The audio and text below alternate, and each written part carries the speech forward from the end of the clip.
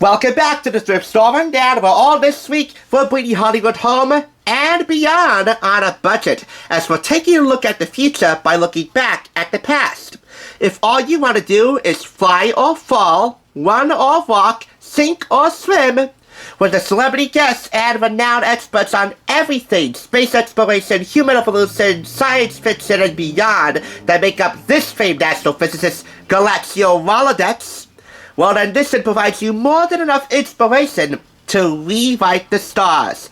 Or at least rewrite how National Geographic does Star Talk. That's their late night talk show / podcast / website about everything you ever need to know about space travel, sci-fi, the human race, the universe, and beyond.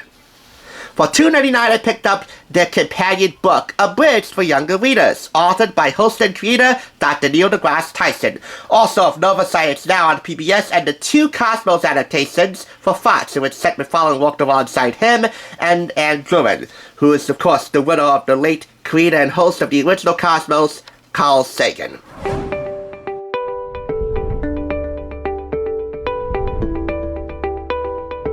Hi, I'm Neil deGrasse Tyson. I'm a scientist. In fact, I like to think of myself as your personal astrophysicist because I specialize in space. And recently we put out a book called Star Talk, the book. Star Talk is a TV show, radio show, podcast that I host, where on that program we find all the ways that science touches everybody's lives. The way it touches what you do, what you read about, movies you've seen. And we ask questions like, if being a zombie really came from getting a virus, how would that virus actually spread? Just as an example. Or have a discussion about the powers of superheroes. Which ones can happen, which ones could not happen. And if I were a superhero, which superhero would I be? I'll tell you. I'd be Batman. You know why? Because at least he's human. So it's kind of sort of realistic.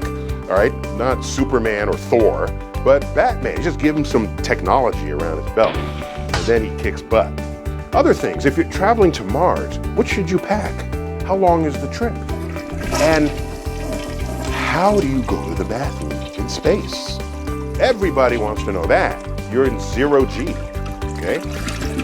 So all these questions are addressed in this book, no matter what page you part. There's a question at the top of each section. And you say, wow, I always wanted to know the answer to that. And there's some question you never even thought to ask that you want to know the answer to. And with that, blast off. Now I know we discussed the future of food around here at the beginning of the week with Food Network magazine, but you know what? It doesn't hurt to take another look. So, Chapter 2, What Do I Eat in Space? The format goes like this. Out of this one master question that begins each chapter, we have here several questions that spin off of that. Like, why can't I get a pulled pork sandwich in space? Who wants to ride on the vomit comet? Can I get that on a tortilla? Like hot dogs and eggs? How about I just have some lasagna? Do you want microbes with that? In Houston, we got a food problem. Plus, throughout, you'll get several timelines on the evolution of all of the elements covered in here. From the 60s in this case, all the way to 2015. The evolution of dinner. From freeze-dried foods to the first successful food grown in space. Romaine lettuce. And here's some food for thought. Did NASA really invent Tane? Well, I don't know, because I haven't really had Tane. Moving on, we have here the spice of life. That's in relation to Chapter 2. Albeit this is Chapter 1 and it's incorrectly placed, even though we're talking about Section 3 being human. So I would say this book is divided into sections with their own chapters. And here, as a matter of fact, we'll go to the table of contents now, because I kind of misspoke here. The sections are as follows. Space, Planet Earth, Being Human, and Futures Imagined. I'm just choosing my own random highlights in here after perusing through this. What else are you gonna get in this book? Plenty of celeb anecdotes from Neil's guest on Star Talk. And they range from renowned experts, licensed experts on astrology and beyond, to celebrity guests in multiple disciplines of the arts. So, are yummy and yuck acquired taste too little or too much? Is the food industry killing us? How do I avoid getting sick while traveling? Where does creativity come from? That's a question that begs to be answered, especially if we're talking about the science of comedy, in which these experts would be more than happy to give their own take on. Experts like Larry Wilmore, Chuck Nice, Mayan Bialik, co-host of Jeopardy and all of its primetime specials plus Celebrity Jeopardy, Seth Meyers, the late Joan Rivers, Dan Aykroyd, Eugene Merman, and Hank Azaria. So, this is really a near-complete consensus that there is a science to comedy if it's done right. Speaking of which, I don't think Neil deGrasse Tyson could have done a book like this if he didn't have a chat with his pal Seth MacFarlane, and I'll spotlight that a little bit later. Here's a random blurb. Why do we all sound good singing in the shower? Well, a conversation with Neil's good friend Josh Groban outlines that in detail. I'm pretty sure the acoustics and the reverb in the shower make it sound like we're performing in front of a private audience of 0. We're our own audience, folks, so we sing in the shower. Hey, it's more fun that way. Woo! A throwback to The Sims. We have these think on this blurbs applying real-life examples to all these elements. Can playing video games increase your EQ? Well, I don't have The Sims 4 as of yet, so I can't really answer that. But maybe it can. I have a whole bunch of computer games. Some that I've installed in the past, others that I haven't installed. And I'm not going to dare install another one, even though you'll be seeing another one coming up right after this. And it's for all you Doctor Who fans, so get excited. Hey, give everything a chance around here, right? Science versus Superman. Faster than a speeding bullet, more powerful than a locomotive, able to leap tall buildings in a single bound. Just how super is Superman? Well, I got one question for you. What's deadlier, his gas or his wind? Chuck Nice is the one who probed that question to Neil, and his answer? There's physics in everything, which is why he applies his own answers to the questions on Superman taking on all things science. Is he really able to defy all scientific and realistic expectations of what superhumans can do? Or will he deep down below, is he just like everybody else? Well, I mean, Clark Kent is just like everybody else. I mean, we've seen all the Superman films, my favorite being Superman Returns, but that's just me.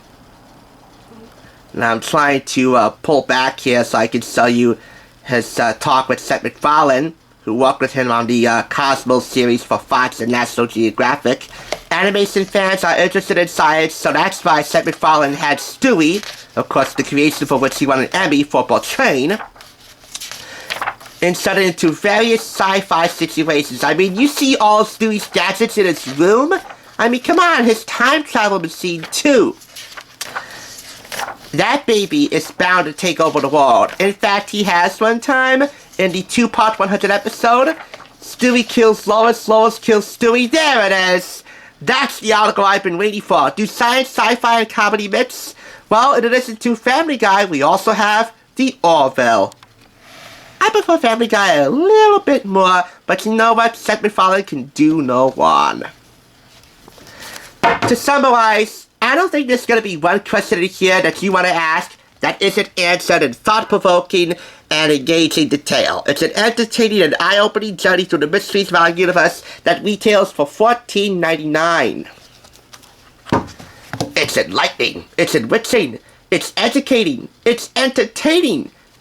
And because of Dr. Tyson's astrophysicist puns that begin each part of the book, just look for the pun in the middle of astrophysicist, it can be just a tiny bit, just a sliver, egotistical, but in a really cute way. And for me, it's also inexpensive. Again, $2.99. And I know that doesn't start with an E, but hey, Enough said.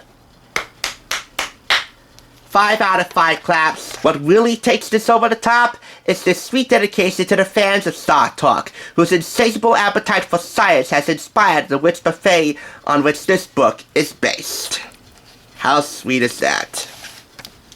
By the way, Star Talk does contain some elements of mature language, so this may not be suitable for kids, even though this was promoted at the Scholastic Book Fair.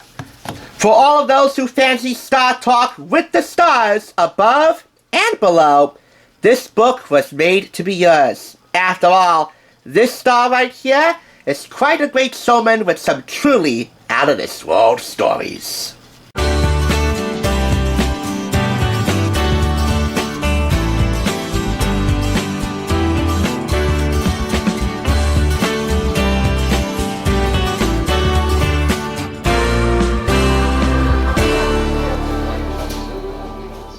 Thanks for watching TSR. Now, to see another awesome review like this one, click here. If you want to become a Hollywood bargain hunter, click here to subscribe. And I'll catch you on the thrift side.